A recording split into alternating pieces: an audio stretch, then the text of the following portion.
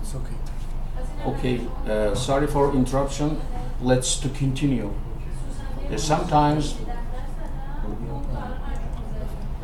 no.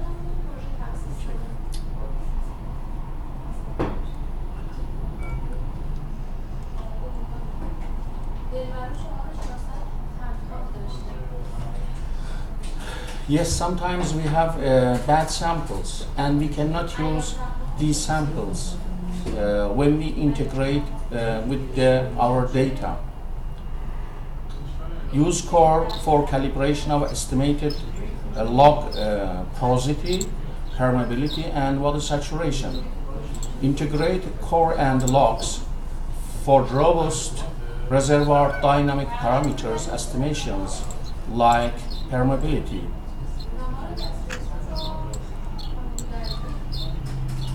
Okay, this is an example shows the value of X-ray diffraction clay weight percent for calibration of clay volume calculated from the logs.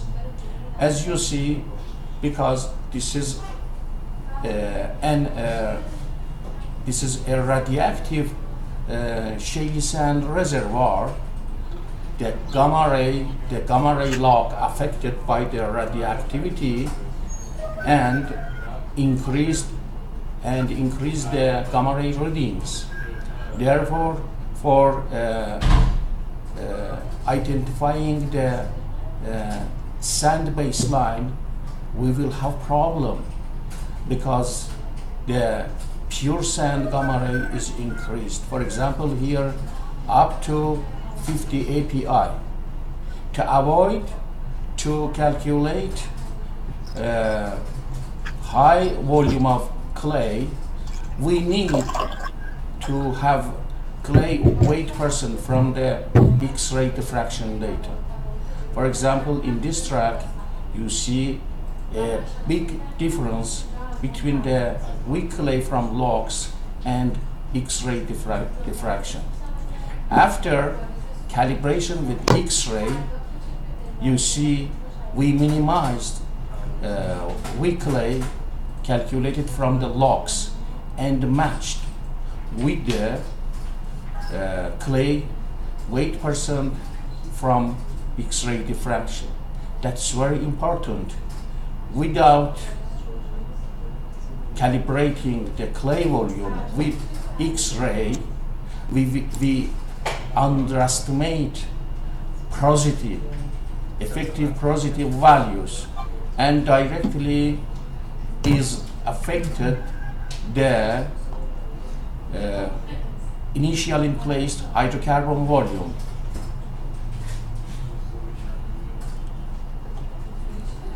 Okay, generally the topics for today are how we can plan a coring program and what are well site handling, what are coring tools, and what we have to do during the transportation of the core boxes to the laboratory, how we can preserve the core in the laboratory, and finally what methods we use for core analysis.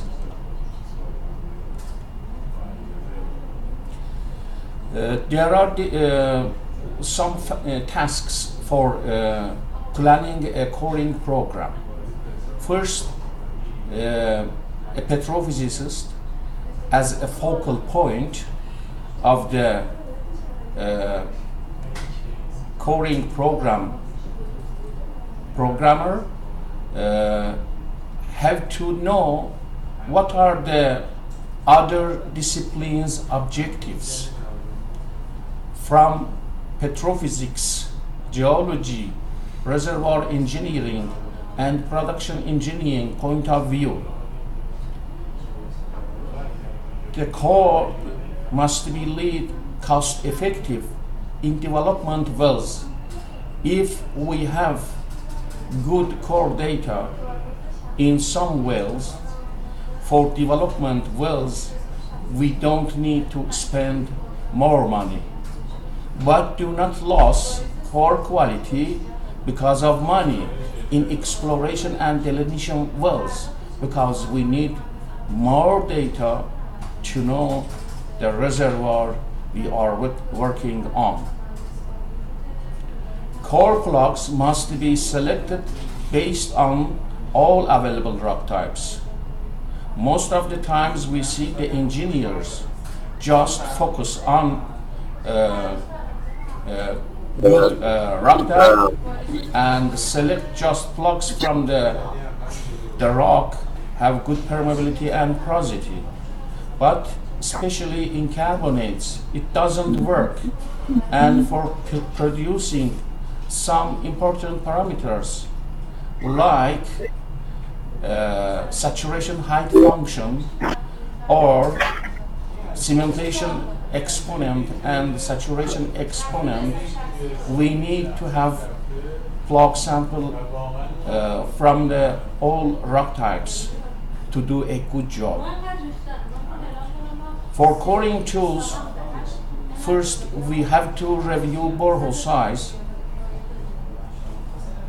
reservoir temperature and pressure to select the suitable tools, and also to evaluate shade intervals, lithology of the rock, degree of consolidation. For example, what's the type of our rock? Is consolidated sandstone or unconsolidated sandstone or tight carbonate? We have to meet drilling engineer and coring contractor to consider possible problems for coring.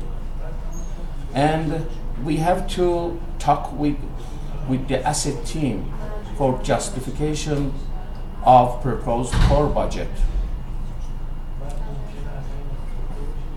For a good planning of the core, we need, before planning the core, to evaluate all available previous core data we got in the previous wells, to evaluate the log data, especially in nearby wells, well test data, cuttings and sidewall core data to do a good job and to plan a successful coring program. The most important core objectives are for different disciplines. For petrophysics, geology, reservoir engineer, and production engineer are. For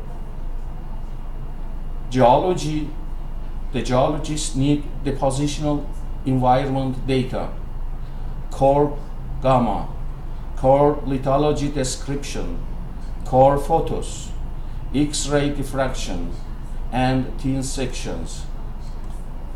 The petrophysicists need to have porosity, gas permeability, rock electrical properties like M and N and A, grain density to calibrate the lithology model, especially in the carbonates, which will have mixed mineralogy, capillary pressure, clay equivalent cation exchange capacity for shaly sands, to let us use Waxman-Smith for water saturation determination. Core lithology description and core gamma to let match the depth of the core with the logs. The reservoir engineer expect from the core in situ porosity, in situ gas slippage corrected permeability, relative permeability for oil water and gas water systems, pore volume compressibility, and fluid saturation. And a production engineer may need the grain size for gravel pack design in unconsolidated reservoirs and rock mechanics parameters, for example, elasticity modulus. The selecting of the type of core fluid is very important to recover full core. Otherwise, we cannot have full core recovery. For this, we need to select a fluid which designed for expected hole pressure, as well as to clean and lubricate and stabilize the wellbore. Drilling fluids should meet all environmental objectives for full core recovery. We have different type of the bits. We have to use the bits based on the reservoir lithology, and we have different type of the bits like natural diamond bits, polycrystalline diamond compact bits, which we show with PDC, thermally stable diamond bits TSP, and roller cone. And the below table shows the type of the rocks and related type of the bits we have to use based on the rock consolidation and lithology.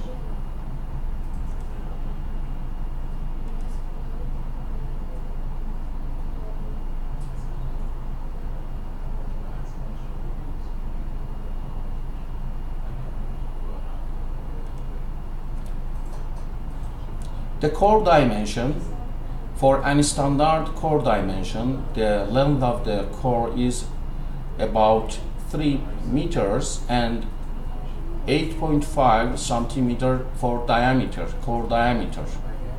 But core dimension can be changed regarding to the objectives such as lithology, hole size, hole angle, and rock strength.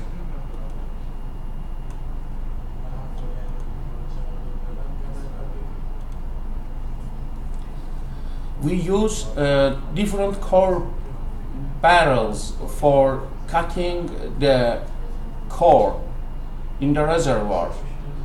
We have plastic core barrels, fiberglass, aluminum, and steel. Plastic used for soft formations with maximum 180 Fahrenheit borehole temperature. The fiberglass used for consolidated formations with maximum 250 Fahrenheit borehole temperature. Aluminum used for high pressure application with maximum 350 Fahrenheit borehole temperature. And steel barrels are used for strong barrels and used for very high pressure reservoir rocks. And this table shows the core barrels types and its application for different rocks, and also show the core lengths should be cut.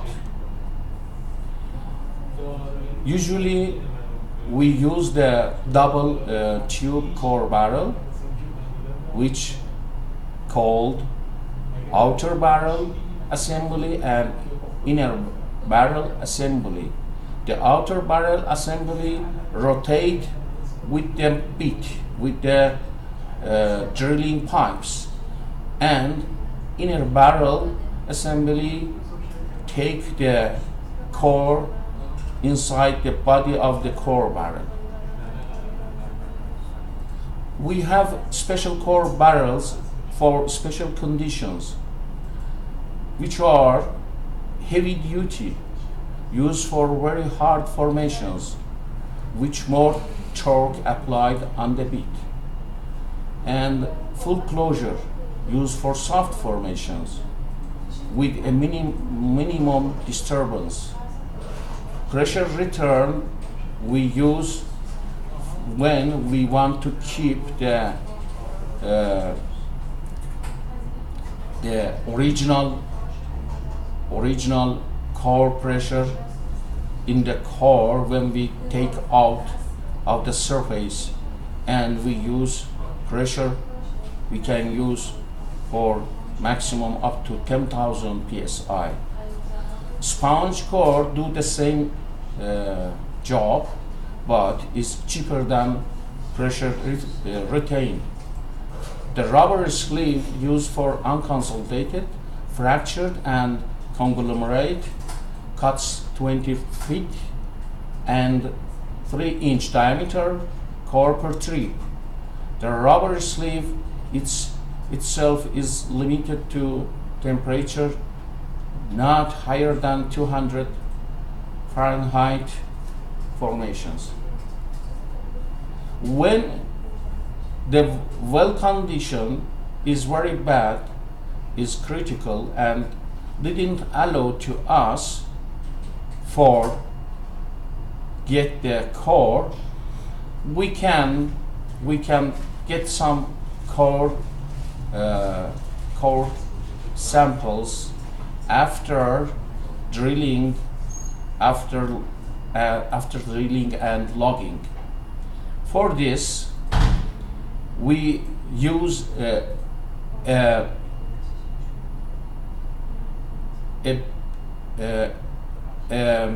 suitable use a diamond bit to cut individual samples and move into the tool. Several cores can be taken at different depths before the tool is brought to the surface. Can be used same as plug sample. That's why it gives good results, same as core plugs, for different aspects of the geoscientists and reservoir engineers. This is suitable for hard rocks, but not for fractured and unconsolidated rocks. In this method, we need to combine a gamma ray tool with the rotary coring tool to run the tool inside the borehole, and then to select the interested intervals for individual coring using the gamma ray log. The gamma ray log depth should be corrected with the previous gamma ray, which mostly is available at shallow intervals. Sidewall sampling and also can use when we cannot get the core because of the hole condition, but in this method the cuttings are too small than core plug, and we cannot use for core analysis, and only use for geological purposes like lithology description. In this method, a bullet used to shot into the rock and collected rock cuttings, maximum to 48 samples, and collected in one trip. The tool guided down hole and positioned in zone of interest using gamma ray log. Obtain rock samples after drilling and logging, and we control the interest interval and monitored by gamma ray. When the core is at the surface, we have to remove the core from the core barrel in horizontal position as soon as possible and minimize mechanical shock and slide out the core with minimum stress from top of the core in the core barrel. The surface of the core must be covered with paraffin or resin to preserve the fluids, original fluids inside the rock. The core special preservations at the well site we need to follow based on the different rocks. If our rock is waggy carbonate, large rocks can weaken core and reduce recovery. Standard consolidated core preservations are used. Fractured rocks, aluminum or fiberglass disposal inner barrels should be used. For low permeability rocks, the core protected from fluids evaporation. For unconsolidated rocks, preservation is very critical and should be freeze at the well site and mechanical stabilization with epoxy and resin and other preservation materials. Clay minerals, it is very important for shaly sands and shaly carbonates, which we have clay bound water in the pores, because we have to prevent this CBW in the pore. Then we keep in constant temperature during transportation and we do not freeze. This picture shows a storage of core boxes, and for preservation, the plug sample in laboratory, the core piece is wrapped in several layers of plastic, aluminum foil, and dipped in plastic melt. For core transportation, resin consolidation, and shipping at low temperature in a refrigerated container is generally preferred. Freezing is used to preserve unconsolidated core for shipment to the laboratory. We need to label the core and marking the surface of the core to show left and right side of the core.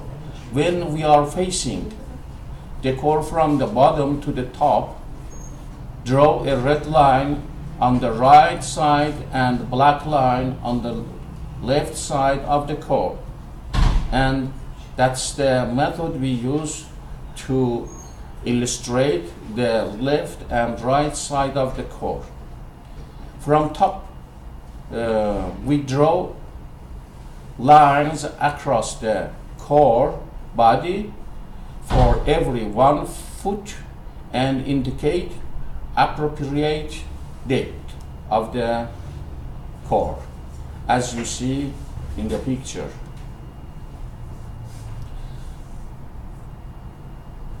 And for preservation also, maybe we need for more methods to use for based on the degree of consolidation and fractures. These are mechanical stabilization, which we fill with resin or wax between sleeves and core. Environmental preservation use chilling, freezing, and humidity control. And also we use plastic bags for short preservation. For core gamma, we have a device which consists of gamma ray detector and a conveyor for moving the core.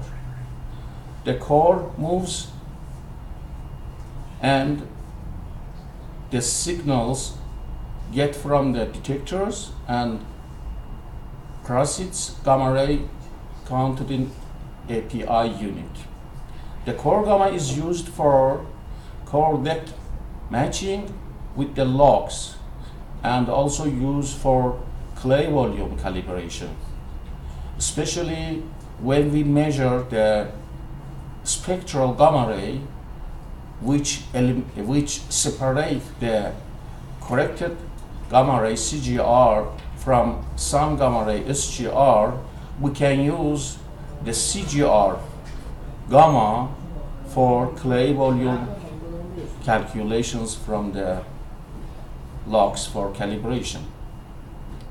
And you see in the left picture the core gamma tool, and in the right picture to match the core depth with the log depth. The log depth, the logs are used as reference depth. And also we get photos from the core. Normally we have two types of the photos. The natural light photographs used for lithology and sedimentary structures, and ultraviolet photography used for indicating hydrocarbon in the rock. Where in the rock we have oil, the oil will be appeared with dark color.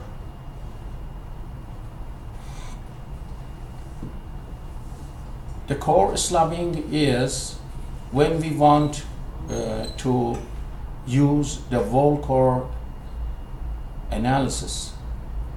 The cylindrical core material is cut lengthwise in two parts using a saw. Slab cores can be displayed for description and viewing the core. And usually we provide the plug sample from the slab core for what time we use a wall core is used. This method is used for heterogeneous rocks when we have waggy pore system and fractures in the rock. Okay, this picture shows the vertical and horizontal plugs we provide from the core, and to take core plugs for horizontal and vertical rock properties, we need to be careful with dipping beds. We need to cut the plug samples parallel to the dipping beds. And also we need to care about the fractures, because fractures are the rock is weakened. That's why we cannot provide the plug sample. Lithology variations. We need to take plug in a in the defined and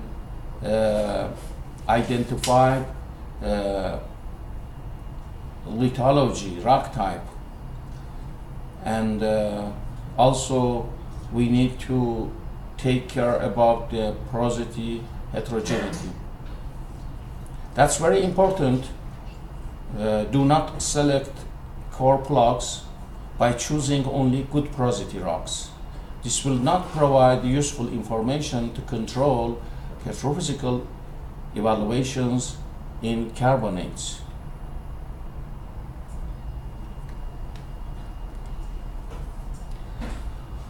Plug samples cutting fluids. Based on the type of the core analysis, we need to use the related fluid or air. For example, tap water for routine core analysis in consolidated non-reactive lithologies, compressed air for in routine core analysis for less consolidated rocks, mineral oil for scale and low invasion core analysis, brine in scale, and also routine in reactive lithologies, liquid nitrogen, unconsolidated or friable core, and the least crude, readily to preserve wettability. For preservation of unconsolidated rocks in the laboratory, require to maintain the core plug in a special jacket before cleaning and measurement process. For cleaning the core sample prior, we need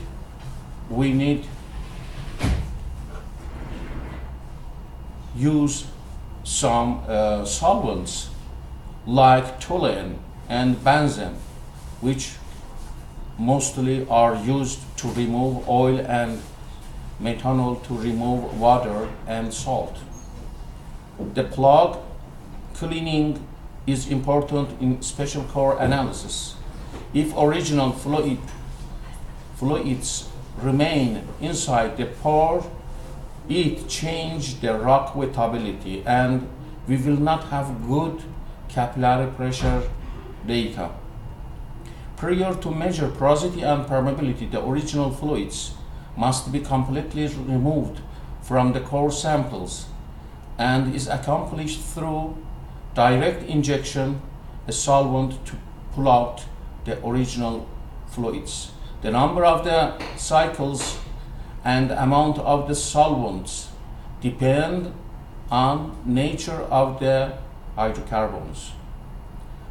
Often more than one solvent we need to use to clean completely a sample and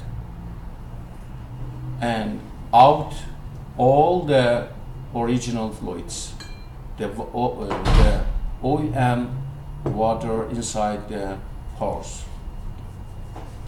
We are doing this with two type of the generally with two type of the solvents, which called soaplet and gas drive method. Before cleaning the core sample, we need to measure the fluid saturations. The most famous method is Din Stark, is commonly used to obtain residual fluids. First, fluids extracted by a solvent, for example toluene or acetone chloroform. The water and solvent are vaporized by a heating mandel and recondensed in a tube at the top of the apparatus, and water collected in the chamber. The oil removed from the sample in solution of the solvent, and volume calculated by different weight of the recovered water and total weight loss after extraction and drying. The saturation of oil, gas, water is ratio of fluid volumes to pore volume, which you see the equations here. And usually we cannot have the oil and water saturation equal to 1 because the air as a gas invade in the pores, and that's why we need to calculate also gas saturation. And you see the equation Sg equal 1 minus S oil plus SW. And in this plot you see how we can calibrate the calculated water saturation, which is the blue curve, with the Dean Stark water saturation.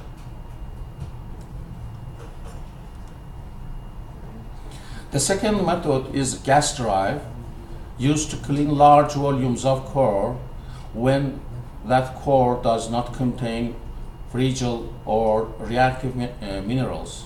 The solvent is pressured with carbon dioxide at 1000 psi, and then pushed the solvent into the pore space. When pressure released, the gas expands and the solvent is driven from the core and take out the original fluids.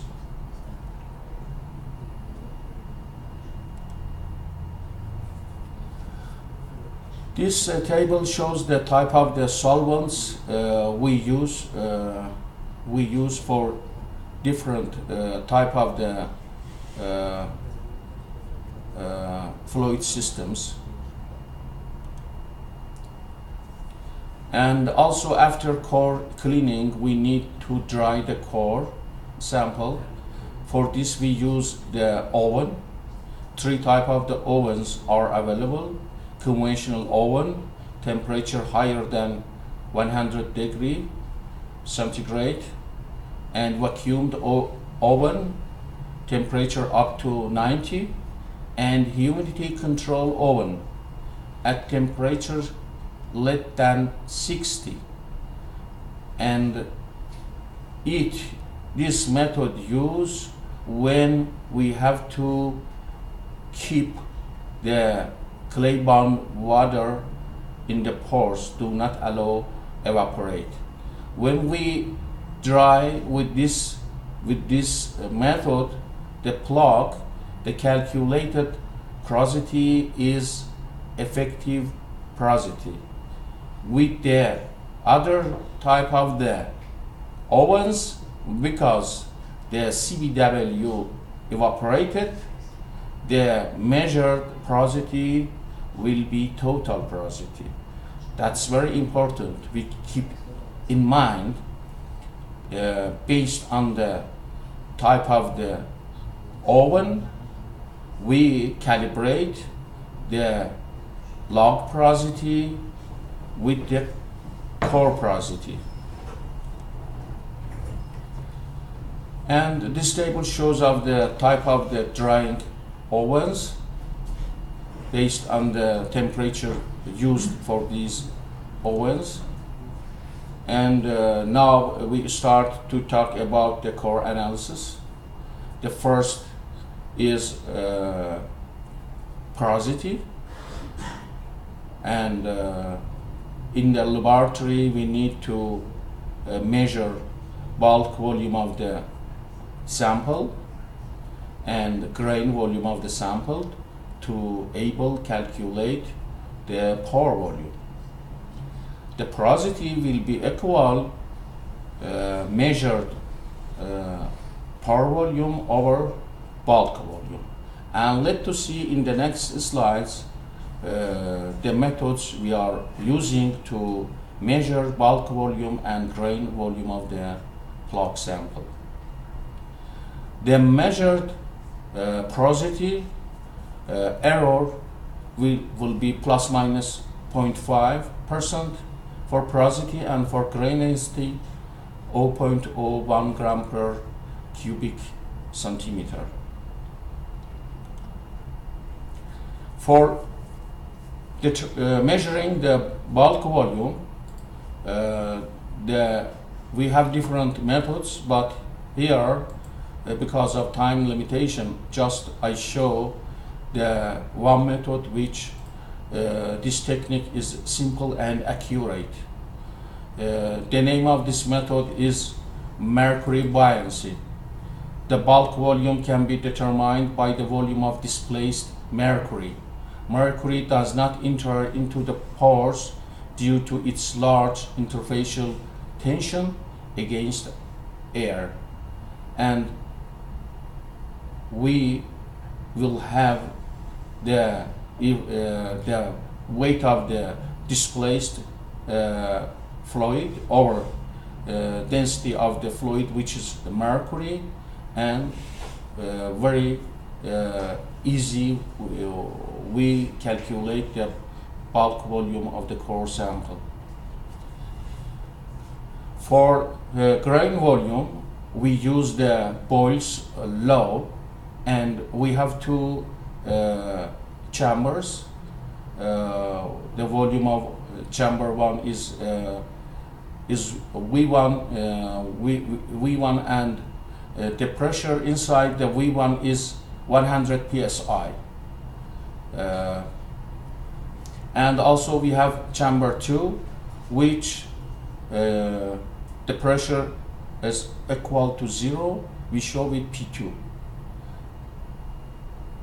And then we use the helium gas, and these two chambers are connected with a tube within a valve. The valve is open and helium moves to chamber V2 from V1, and the system brought to equilibrium and measure equilibrium pressure, show with P. And this is the equation we can calculate volume of the grain volume with using V1 and V2. The measured porosity can use for calibration of the calculated porosity from the logs. For calibration, we cannot use the porosity measured in ambient, measured in the laboratory atmosphere pressure. We need to convert the ambient pressure to the reservoir pressure. And for this, we have two methods. The first method is we can plot the routine core porosity versus the porosities from the scale at the same depths, and then to fit the line, and with regression we can convert the ambient porosity to the reservoir porosity, or simply we can use this equation and multiply the ambient porosity with 0.96 and gives very good results. For gas permeability, the permeability we measure is absolute permeability. We clean and dry the core sample and then put in the Hassler cell, keep the core in the Hassler cell. We have an upstream pressure, inlet pressure, flow air, and measure downstream pressure, which called outlet pressure. to avoid turbulent flow, keep the maximum pressure difference 0.2 bar. And the below equation is used for calculation of the gas permeability with having the flow rate we measure in the laboratory and area of the core sample, the viscosity of the air, length of the core sample, and with having the inlet and outlet pressures.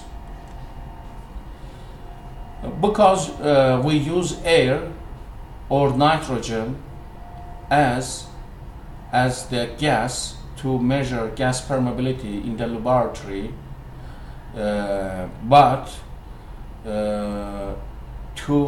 we need to convert the ambient permeability to the in situ permeability. For this, we have to correct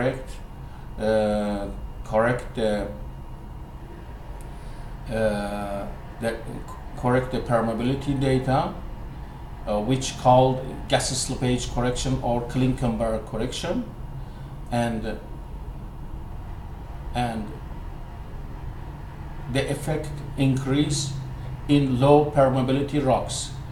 Therefore, we have to keep in mind the Klinkenberg effect in tight carbonates is very high, and we have to correct the permeability data for this effect.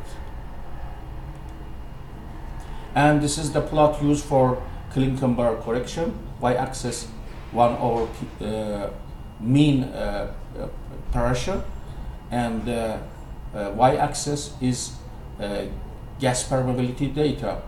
At different pressures, we measure the permeability and then feed these points, and the intercept of the y-axis will be liquid permeability, which corrected for gas slippage effect.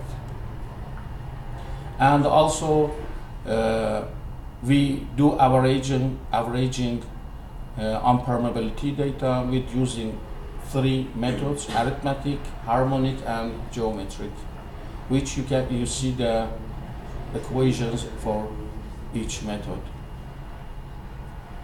For permeability overburden correction, we plot the ambient gas permeability from routine core data versus in situ permeability from scale for the same depth, and the regression gives corrected ambient permeability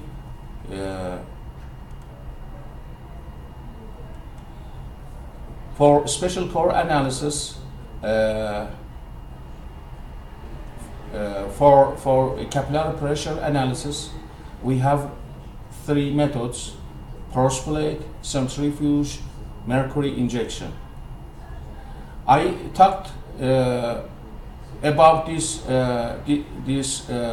advantage and disadvantage of these methods in my previous presentation, and I leave for you after receiving the slides. You can read the methods to be familiar with the methods with mercury injection, porous plates, and also centrifuge method.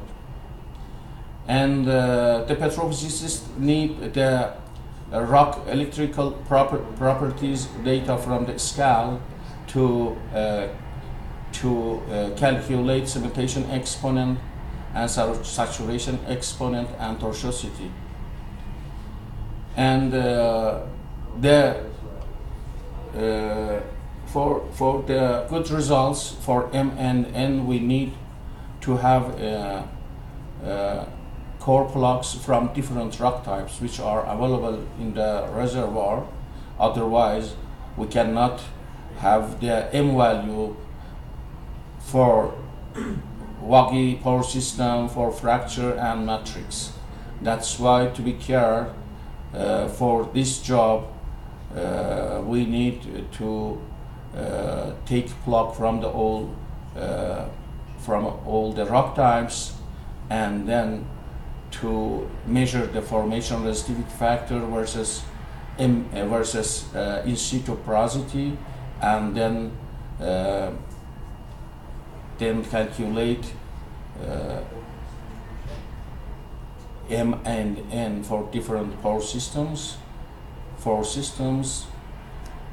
to have the correct water saturation values from the logs.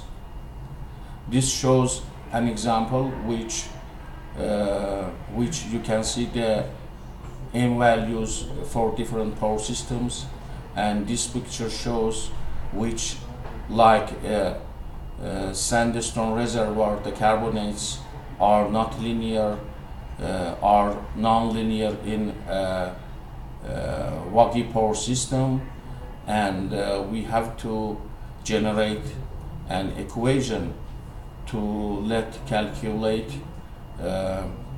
right water saturation. When the M equal to 2, the pore type system is intergranular pore type. For fracture, the M is less than 2, and for WOX is greater than 2. For isolated WOX, the M value increased up to 4.5. The saturation exponent is like cementation exponent. We need the plugs from all the rock types. We measure the resistivity index, plot versus the water saturation, and then calculate from the slope of the points the N values for different rock types. And this is the method which we use two type of the methods, conductometric titration and multiple salinity for cation exchange capacity, show with CEC, to use in Waxman-Smith equation to calculate water saturation from the logs. Also relative permeability, which the relative permeability is the ability of the rock to conduct fluid when pore space saturation is less than 100%. We have oil relative permeability and also water relative permeability. You can see the equations for oil relative permeability show with KRO, which is KO over K, and water relative permeability KRW equal to K water over K. And this is the plots which we use to identify the irreducible water saturation in the reservoir, which is very important for drainage and inhibition. And the methods we use are two methods: steady state and unsteady state.